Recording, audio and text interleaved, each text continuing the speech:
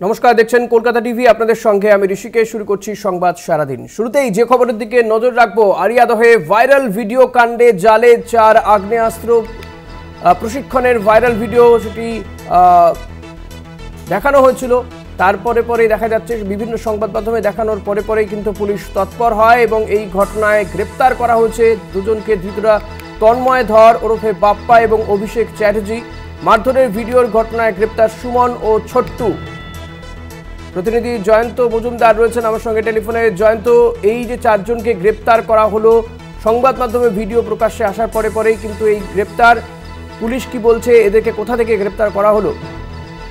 দেখো, তোমাকে প্রথমে জানিয়ে রাখি যে ভিডিওটি প্রথমে ভাইরাল হয়েছিল, অর্থাৎ আমরা জানি যে অস্ত্র প্রশিক্ষণের যে ভিডিওটি ভাইরাল হয়েছিল, যেখানে দেখা যাচ্ছিল জায়েন্ট সিং পেছনে ছিলেন এবং জায়েন্ট সিং কিন্তু তার যে মূল সাকরেত বলা যেতে পারে তন্ময় ধর এবং অভিষেক চ্যাটার্জি, তাদেরকে কিন্তু অস্ত্র প্রশিক্ষণ দিচ্ছিলেন, কিভাবে অস্ত্র চালাতে হয় সেই প্রশিক্ষণ দিচ্ছিলেন। এবং এই খবর যখন সংবাদ মাধ্যমে আসে, তারপরেই কিন্তু চারিপাশে শোরগোল পড়ে যায় এবং ব্যারাকপুর পুলিশ কমিশনারেট কিন্তু যথেষ্ট পরিমাণে তৎপরতা দেখায়।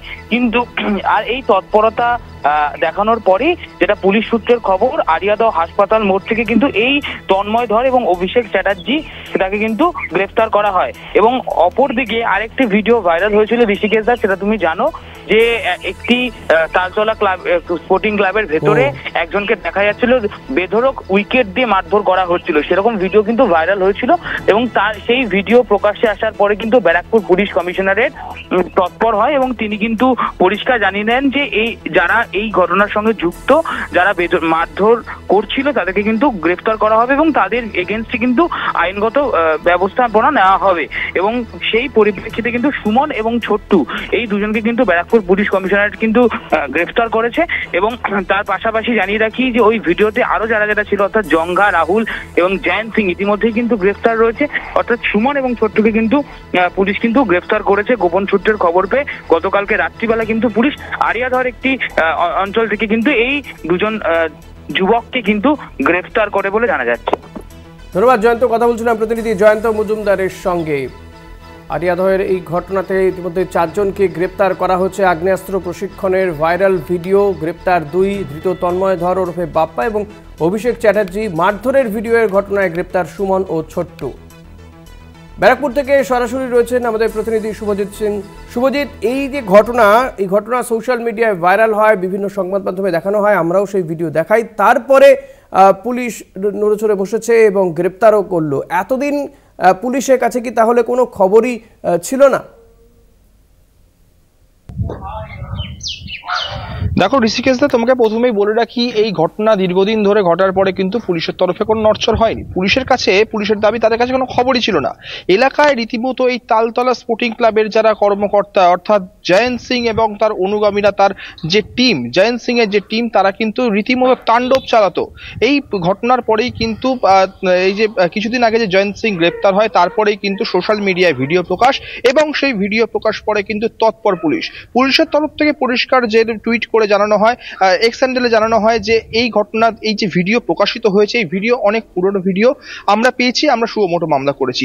তবে এতদিনের যে এই টানাপোড়েন, মানে পুলিশের আনুমানিক 2 বছর আগেকার এই ঘটনা, এই 2 বছর আগেকার ঘটনা কেন 2 বছর পরে সামনে আসলো এবং তার সামনে আসার পরেই বা কেন হলো, পুলিশের কাছেও কিন্তু একটি সাধারণ মানুষের একটা প্রশ্ন রয়েছে। তবে ইতিমধ্যেই এই ঘটনার মোট 4 জন, অর্থাৎ আগ্নেয়াস্ত্র প্রশিক্ষণের জন্য 2 জন এবং এক মহিলাকে মারধরের ঘটনায় 2 জন, ইতিমধ্যেই 4 জনকে গ্রেপ্তারের পরে কিন্তু সাধারণ মানুষের মনে একটা আশ্বস্ত জাগিয়েছে পুলিশ।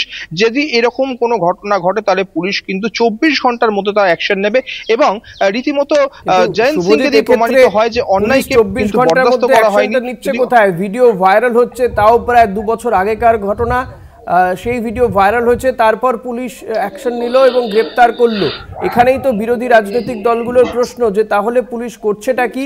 কেন এই ঘটনা বা এই ধরনের এই জায়েন্ট সিং এবং তার সাগরেতরা, এই ধরনের জায়েন্ট সিংরা কত আর বেড়ে উঠবে? ঋষিকেশদা, পুলিশের তরফ থেকে পরিষ্কার দেখো জানানো হয়েছে যে তাদের কাছে যদি নির্দিষ্ট কোনো একটি ভিত্তিতে যদি অভিযোগ জমা পড়ে সেই অভিযোগের ভিত্তিতে কিন্তু তারা অ্যাকশন নিতে পারে। পুলিশের কাছে 2 বছর ধরে কোনো অভিযোগ পড়েনি। এই ঘটনা পরে আরো কিছু ঘটনার অভিযোগ কোনো মানুষ দায়ের করতে পারেননি। অতএব পুলিশের তরফ থেকে, বেলঘড়িয়া থানার তরফ থেকে পরিষ্কার জানিয়ে দেওয়া হয়েছে অভিযোগ ছাড়া আমরা কিছু করতে পারবো না।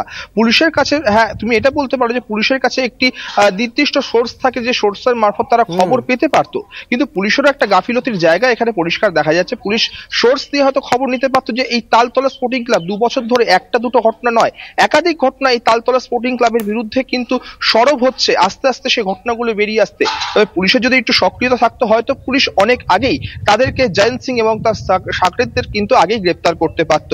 তবে এই ঘটনা যে পুলিশ এই অ্যাকশন নেওয়াতে কিন্তু স্বাভাবিকভাবেই আলাদা যেসব জায়গাগুলি রয়েছে সেই জায়গাগুলিতে কিন্তু পুলিশ বিশেষভাবে নজর দেওয়ার কাজ শুরু করছে ইতিমধ্যে। ঋষিকেশদা, ধন্যবাদ শুভজিৎ। কথা বলছিলাম প্রতিনিধি শুভজিৎ সিং এর সঙ্গে, এবং যে ঘটনা আমরা দেখালাম আপনাদেরকে, যে আরিয়াদহের ঘটনায় অর্থাৎ যে আগ্নেয়াস্ত্র প্রশিক্ষণের যে ভিডিও ভাইরাল হয়েছিল সেই ঘটনায় দুজনকে এবং এই একজনকে মারধরের ঘটনায় তালতলা ক্লাবে যেভাবে মারধর করা হচ্ছে, জয়ন্ত সিং এর সাকরেদরা মারধর করছে, সেই ঘটনাতেও দুজনকে গ্রেপ্তার করা হয়েছে বলে জানা যাচ্ছে।